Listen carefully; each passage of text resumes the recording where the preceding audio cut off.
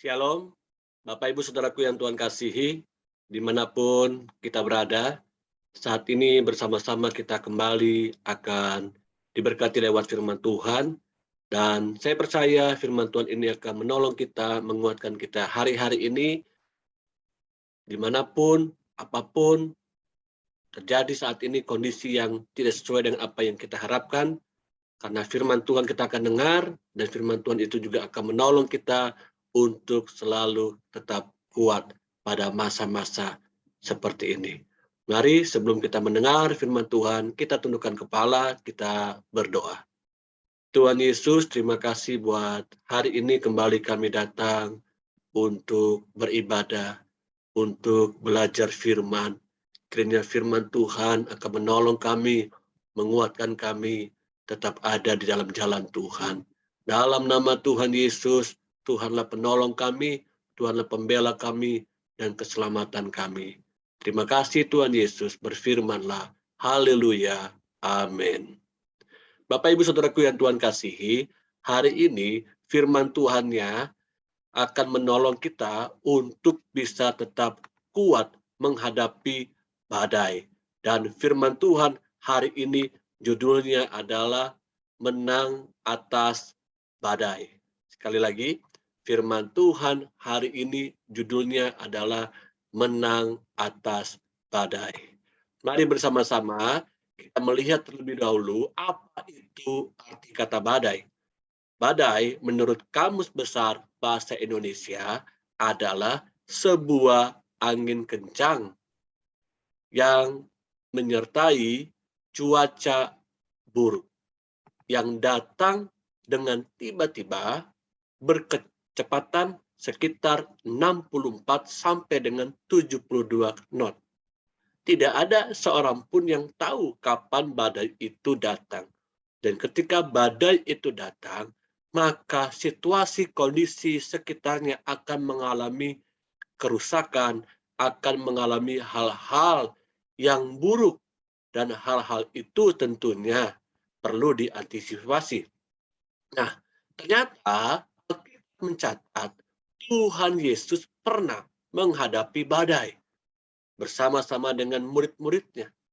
Yesus pernah berhadapan dengan badai, dan para muridnya pun pernah melihat ketika Yesus menghadapi badai, dan badai itu ditaklukkannya. Markus pasal 4 ayat 35 sampai dengan 41. Pada hari itu, waktu hari sudah petang, Yesus berkata kepada mereka, "Marilah kita bertolak ke seberang." Mereka meninggalkan orang banyak itu lalu bertolak dan membawa Yesus beserta dengan mereka dalam perahu di mana Yesus telah duduk, dan perahu-perahu lain juga menyertai dia. Lalu mengamuklah taufan yang sangat dahsyat, dan ombak menyembur masuk ke dalam perahu, sehingga perahu itu mulai penuh dengan air. Pada waktu itu Yesus sedang tidur di buritan di sebuah tilam. Maka murid-muridnya membangunkan dia dan berkata kepadanya, "Guru, engkau tidak peduli kalau kita binasa." Ia pun bangun, menghardik angin itu dan berkata kepada danau itu, "Diam, tenanglah." Lalu angin itu reda dan danau itu menjadi teduh sekali. Lalu ia berkata kepada mereka, "Mengapa kamu begitu takut? Mengapa kamu tidak percaya?"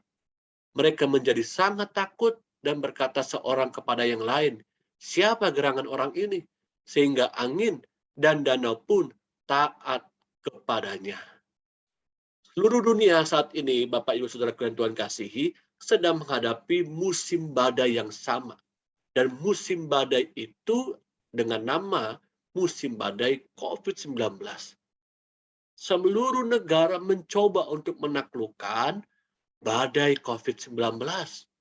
Dan kita pun dibuat terheran-heran karena kurang lebih 1 tahun ini, bahkan hampir 2 tahun, kita masih menghadapi badai COVID-19.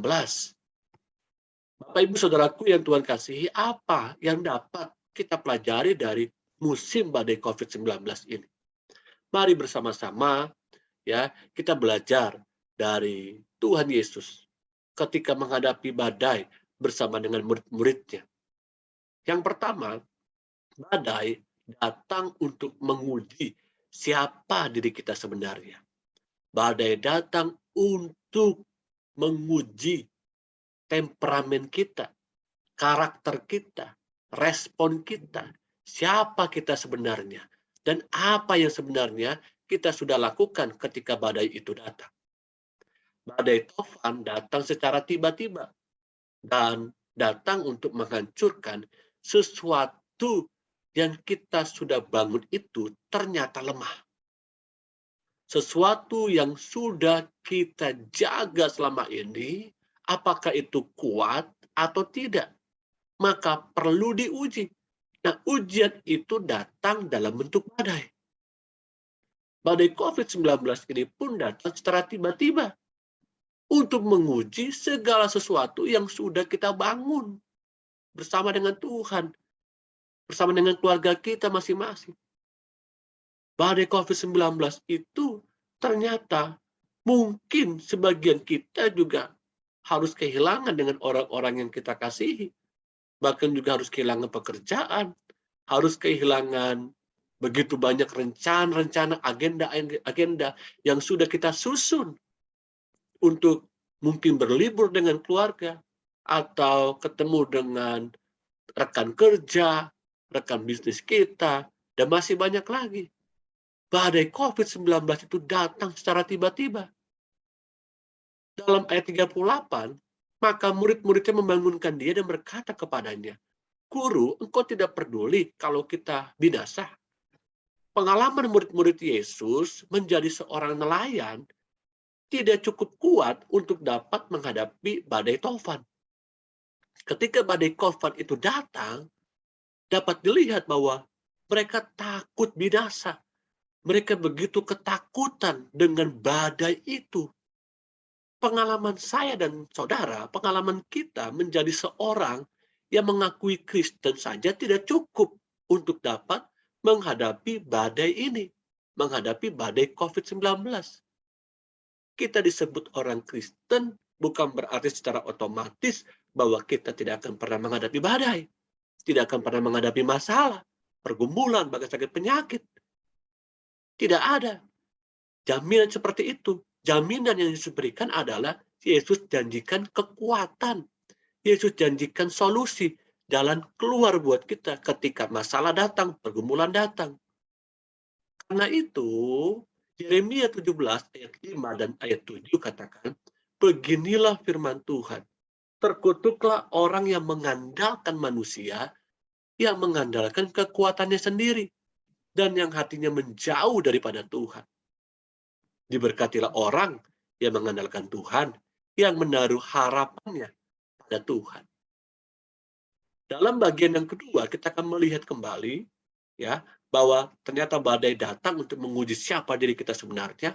So, karena itu kita harus perhatikan siapa yang kita andalkan.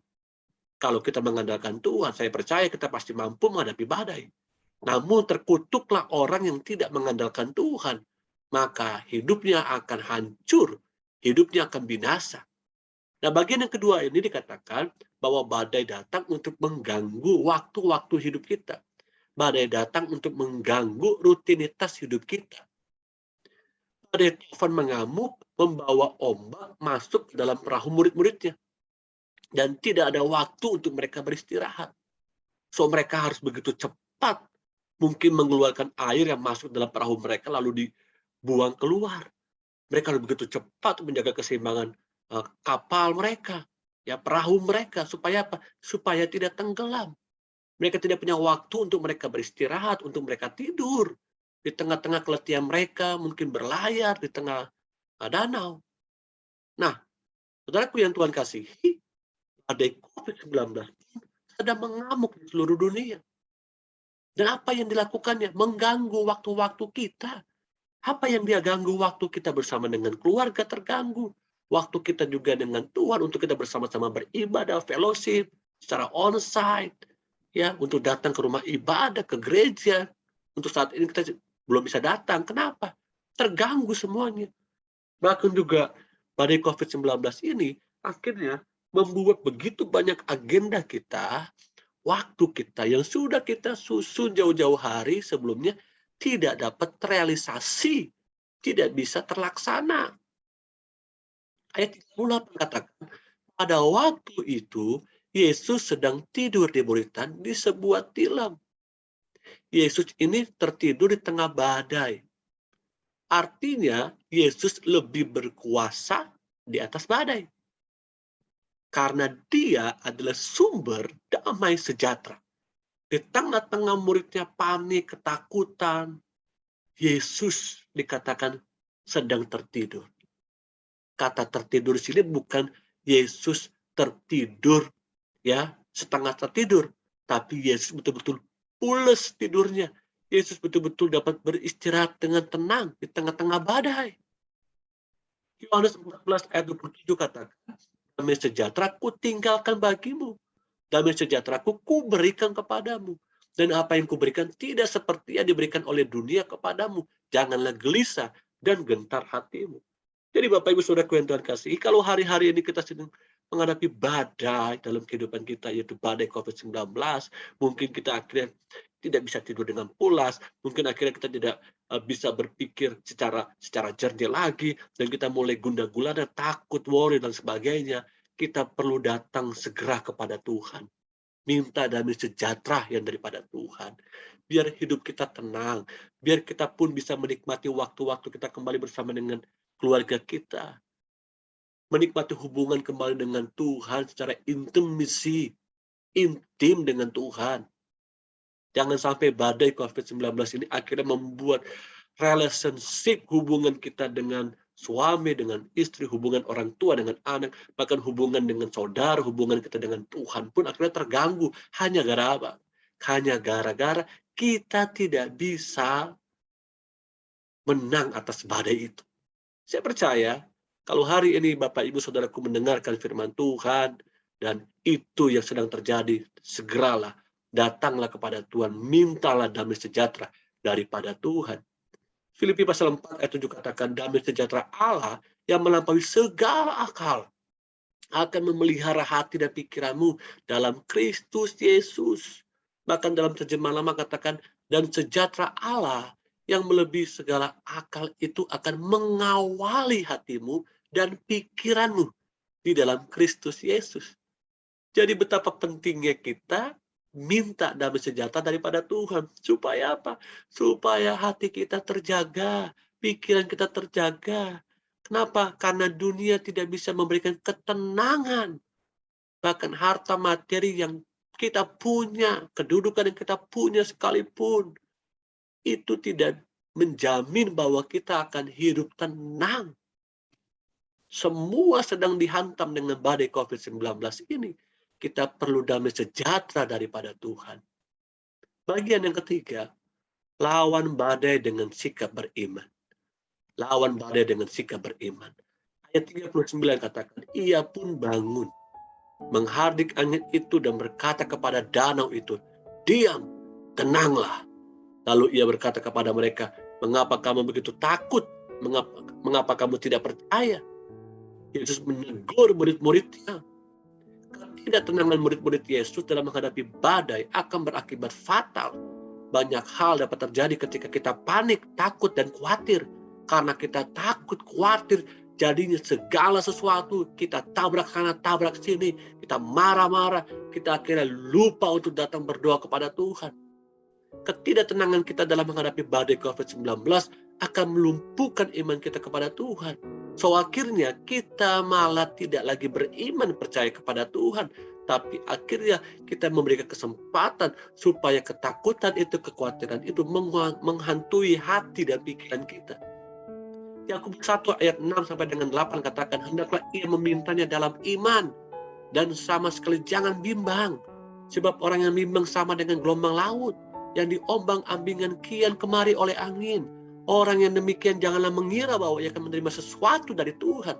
Sebab orang yang mendua hati tidak akan tenang dalam hidupnya. Minta dengan iman, bukan minta ya, bukan minta dengan terpaksa, tapi minta dengan keyakinan. Jangan bimbang. Orang yang bimbang itu orang yang mendua hati, dan orang yang mendua hati tidak akan tenang dalam hidupnya. Di akhir firman Tuhan hari ini saya mau kasih tahu, badai COVID-19 ini bukan sekedar pandemi. Orang menyebut bahwa COVID-19 ini sebagai pandemi, tapi buat kita sebagai orang-orang percaya, COVID-19 dapat menjadi sebuah akademi. Apa itu artinya? Buat kita orang-orang yang sudah dewasa imannya, menyebutnya akademi, karena dalam akademi kita bisa belajar banyak hal. Amin. Roma 8 ayat 28 mengatakan bahwa Allah turut bekerja bagi semua orang-orang yang percaya mengasihi Dia. Karena rancangan Tuhan bukan rancangan kecelakaan, tapi rancangan hari depan yang penuh harapan. Jadi hari ini saya mau mengajak semua kita yang mendengarkan firman Tuhan. Mari datanglah sungguh-sungguh kepada Tuhan. Serahkan hidup kepada Tuhan.